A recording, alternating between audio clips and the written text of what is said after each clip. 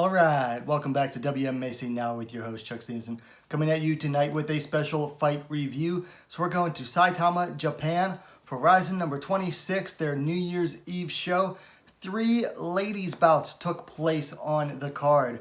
First up, we're going to a 112 catchweight. Sakura coming in at 3-1, taking on Eru Takebayashi, who is making her pro debut. A battle of high school girls. Now, before the fight started, the referee gave Sakura a red card. She had missed weight the day before, and in addition to a significant loss to her fight purse, the bout would also be ruled a no contest if Sakura was to win. If Takebayashi were to win, the result would stand. So they come out and they started to go at it right away. They were finding their range at first, but then Kebayashi came in and started striking with Sakura and went in to get the clinch. Sakura wasted no time, turned around on Kebayashi, got her down to the ground, immediately hopped on her back and started working for a rear naked choke. Now she was underneath. After working for the rear naked choke for a little bit, Sakura very slickly turned around, like basically rolled around from underneath Takebayashi, got to mount, and no sooner has she gotten mount than she started working for an armbar. Worked on that armbar for a little bit. Takebayashi tried to defend it, tried to basically kick Sakura in the head a little bit to get her off of her, but it was just no use. And Takebayashi was forced to tap out to the armbar at 1:37 minutes of the first round. And as a result of the red card from earlier, this bout was ruled a no contest. So even though Sakura won the fight, it is ruled a no contest. So things to work on. For Takebayashi, I thought she rushed in a little bit too fast on Sakura, who is a much more experienced fighter. I think she should have been more patient with her striking before engaging in the clinch with Sakura. Sakura, I thought, fought a darn near perfect fight, though. So it was an interesting little fight, and that was the opening bout on the card. It actually took place before the opening ceremony. For the next fight, we move into the 108-pound RIZIN Super Atomweight division. Kanna Asakura coming in 17-4, taking on Princess B Shimizu, coming in 5-0. And, you know, I thought this would be a relatively easy, blowout for Asakura. And it actually ended up being a lot closer than I thought it would. Now, upon second viewing, it wasn't as close as I thought it was when I watched it live. But it was still I thought these two canceled each other out in a lot of ways that it's kind of surprised me. First round, they came out, and honestly, I thought Asakura just really controlled for the most part with her boxing. It was clear that Asakura had worked on her striking, particularly her boxing, a lot more than I had. And she was just able to outwork her on the feet. And I think when Shimizu tried to go for takedowns, didn't really do much with it. Second round, Shimizu did a little better, I thought. Mostly was able to clinch Asakura a lot and control in the clinch, but you know, with RIZIN, their whole fight scoring and the way they score fights, you know, clinch control doesn't really do much. So even after 2 rounds, it was pretty clear that Asakura was ahead in the whole fight. Third round, I think, you know, Ai's corner must have told her, you are behind. So she came out aggressive, started striking with Asakura, tried to take her down, got her down briefly, and just was all around more aggressive. Asakura, in essence, you know, she got taken down but was up pretty quickly after that. They kind of stalemated each other into grappling a bit. Towards the end of the fight, Asakura finally decided, you know what, I've got to get aggressive too. And we're talking the last 30 seconds. Asakura just got really aggressive, started throwing bombs at Ai, took her down probably within less than 15 seconds left. Now Ai was able to reverse the position for the last 5 seconds, but it wasn't nearly enough to get the job done. So it went to the judges, and all of them gave it to Kanna Asakura for a unanimous decision. For things to work on, for obviously, she still very much was relying on her wrestling and her ground and pound, and she went up against, someone who is at least her equal, if not a much superior wrestler than her. And she was forced to fight a lot of the fight on the feet, and just got outstruck by someone who had worked a lot more on their striking. And, obviously, Asakura had 21 fights by then. To Asakura just had the much more experience.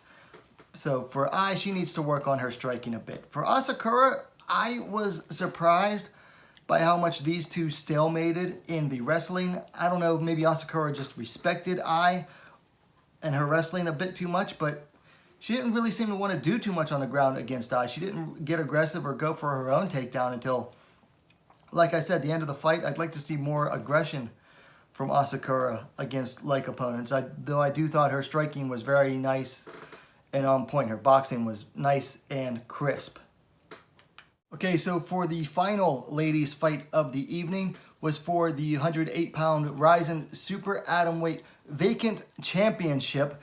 Ayaka Hamasaki coming in at 20-3, the former champion, taking on Miyuu Fighting Queen Bee Yamamoto coming in 6-4. They came out and Ayaka started striking with Yamamoto, and you could tell there was a big difference between the striking. And Yamamoto had her lead leg, her knee was taped up pretty heavily, and Ayaka decided to target it with a few low kicks. After the second low kick, you could tell it bothered Yamamoto. So she dove on the lead leg of Hamasaki and eventually got her down. But Hamasaki, she's one of these fighters, she doesn't go on the defense. She just stays on the attack.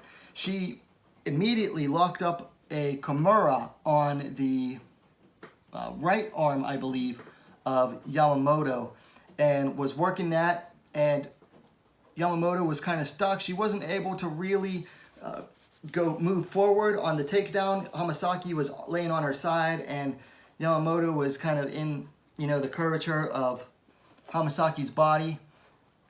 And eventually Yamamoto tried to push through it, which allowed Hamasaki to roll over to the top. And I believe they rolled over one more time, and Hamasaki had the Kimura on the whole time. But with the final roll, Hamasaki was able to wrap her legs around the neck of Yamamoto in what's called a scissors choke or a leg crunch. And it wasn't so much the Kimura that Hamasaki still had in. It was the leg scissors choke that caused Yamamoto to end up tapping out at 1 minute and 42 seconds of the first round, declaring your winner and new RIZIN FF Super Atomweight champion, Ayaka Hamasaki. So for things to work on, I'll talk about Yamamoto first. Obviously, I think all of her losses now are by submission. Armbar. Yes, yeah, okay, 4 out of her 5 losses are by submission. So clearly, she has a long way to go as far as her submission defense goes. And that's easily the biggest thing she needs to work on. Also, still needs to work on her striking a lot more. But you know what? I mean, she's 46 years old. She started fighting in 2016, 4 years ago. She was 42. It's easy to see that she has come a long way in just that short amount of time, and at her, what is really an advanced age for MMA. I mean, you don't get that many, 40-somethings fighting. And if you do, they've already been fighting since their 20s or 30s. For Hamasaki, I talked about this before the fight happened on the WMMA Q&A with Drake Riggs, and it's amazing that Hamasaki she never plateaued in her career. She just always makes these small improvements over time, and she just adds new tools to her arsenal that has allowed her to stay on top. She's 38 years old now, and looks, better than ever. And one thing, if you go watch the video on the newest RIZIN's Confessions video, I think it's number 51. I could be wrong on that number. But she actually, in the video, was working on that scissors choke. She was talking with another fighter that fought on the RIZIN event and was talking about how she liked how he used that move. And then it showed her working on the leg scissors choke. So she ended up using that very same move that she was talking about admiring in that video. So Hamasaki it was a relatively recent weapon for her in her arsenal. She doesn't have any other wins by that. So it just amazes me that at 38 years old and having a long fight career, 24 fights, that she just keeps adding to her deep bag of tricks. Okay, so those are my thoughts on the fights for RIZIN number 26? RIZIN 26, yeah. So big question for fights to make. Well, for Sakura and Eru Takebayashi, they're most likely going back to deep jewels. For the other ladies on the bout, I think the next big one to make for the Super Atomweight Championship is the rematch between Ayaka Hamasaki and Kanna Asakura. Now, those two met 2 years ago for the inaugural championship, with Hamasaki coming out on top via, I believe, decision.